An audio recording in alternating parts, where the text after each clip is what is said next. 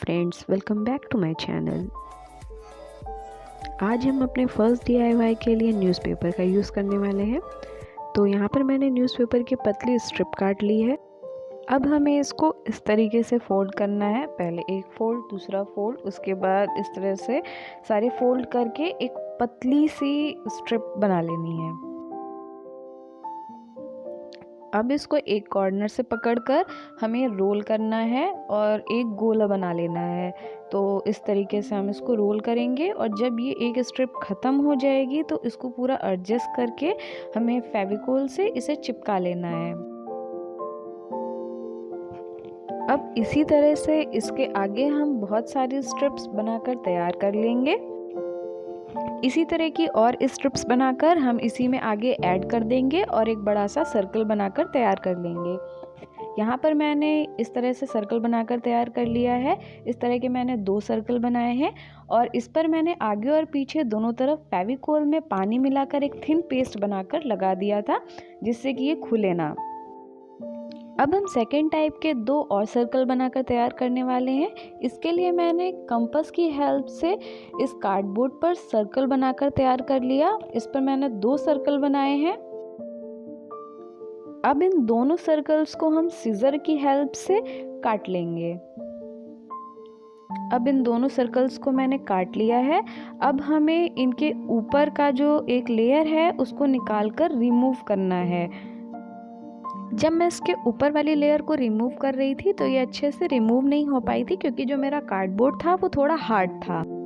तो इस प्रॉब्लम को सॉल्व करने के लिए मैंने एक स्प्रे बॉटल में पानी लेकर इस पर स्प्रे किया। थोड़ी देर बाद जब मैंने इसको रिमूव किया तो ये ईजिली रिमूव होगी। अब जो थोड़ा बहुत पेपर बचा हुआ था उसको मैंने टूथब्रश को गीला करके इस तरह से रिमूव किया, जिससे ये पूरा बिल्कुल साफ तरीके से रिमूव हो गया। तो देखिए यहाँ पर ये बिल्कुल क्लीन हो गया है और जितने भी पार्टिकल हैं वो भी रिमूव हो गए।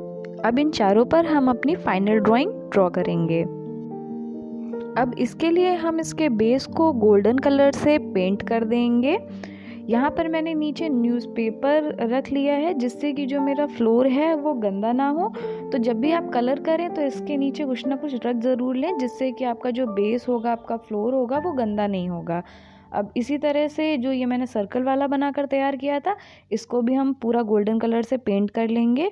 अब इन चारों को मैंने गोल्डन कलर से कलर करके इनको सूखने के लिए रख दिया है। तो अब इनके सूखने के बाद हम इस पर अपनी ड्राइंग बनाएंगे। तो यहाँ पर मैं पहले ग्रीन कलर से एक सर्कल बना ले रही हूँ। उसके बाद मैं ऑरेंज कलर से पतला सर्कल बनाकर तैयार करूँगी और इस तरह से मैंने इस पर छोटी छोटी लाइंस बना दी हैं। अब इसी तरह से इसको मैंने पूरा जो भी डिज़ाइन मेरे माइंड में था यहाँ पर बनाकर मैंने वो डिज़ाइन कंप्लीट कर लिया है। अब इस कार्डबोर्ड वाले के लिए भी जो भी डिज़ाइन मुझे बनाकर तैयार करना है वो मैं इस पे बना लूँगी। मैंने पेंसिल का यूज़ नहीं किया है। जो भी डिज़ाइन मुझे बनाना था वो वाला डिज़ाइन या वो वाली ड्राइंग मैंने डायरेक्ट इस पर पेंट कर दी है। तो अब इन चारों सर्कल्स पर मैंने अलग अलग टाइप की ड्राइंग बनाकर तैयार कर ली है। जो भी ड्राइंग मुझे बनानी थी, जो भी मेरे माइंड में थी, मैंने वो ड्राइंग इनमें ड्रॉ की है। अगर आपको कोई दूसरी ड्राइंग बनानी हो या आपको कोई दूसरी ड्राइंग आपके माइंड में हो तो वो भी आप यहाँ पर बना सकते हैं।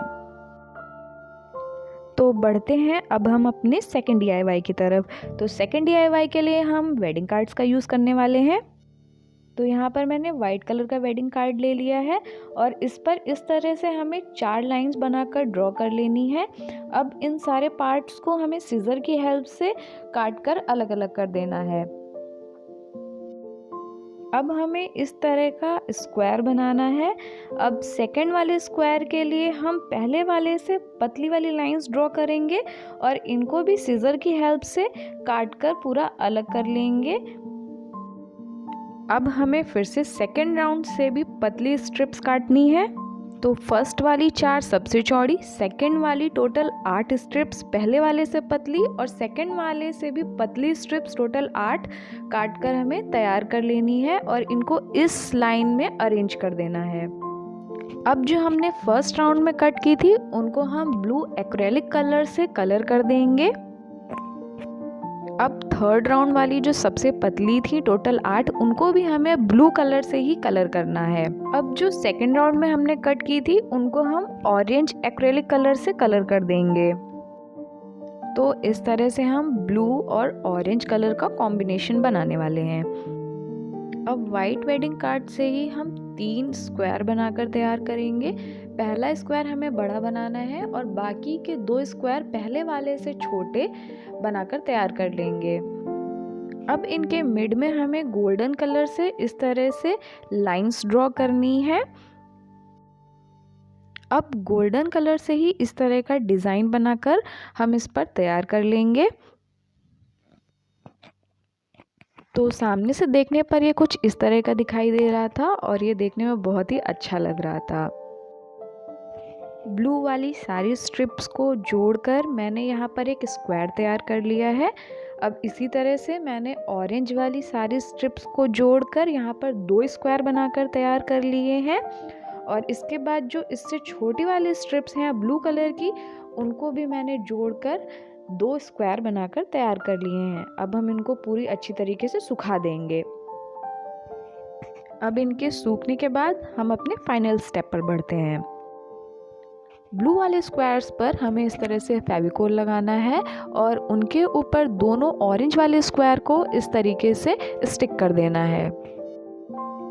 इनके सेंटर में इस तरह से बड़े वाले ब्लैक स्क्वायर को हमें स्टिक कर देना है। अब ऑरेंज वाले स्क्वायर पर इसी तरह से सबसे छोटे वाले ब्लू स्क्वायर को स्टिक कर देंगे और जो 2 छोटे वाले ब्लैक स्क्वायर काटे थे उनको इस तरह से हमें स्टिक कर देना है। अब इस तरह से हमें दूसरी साइड भी इनको स्टिक करके ऐसे ही तैयार कर लेना है। तो ये पूरा बनकर तैयार हो गया है और ये इसका फाइनल लुक है।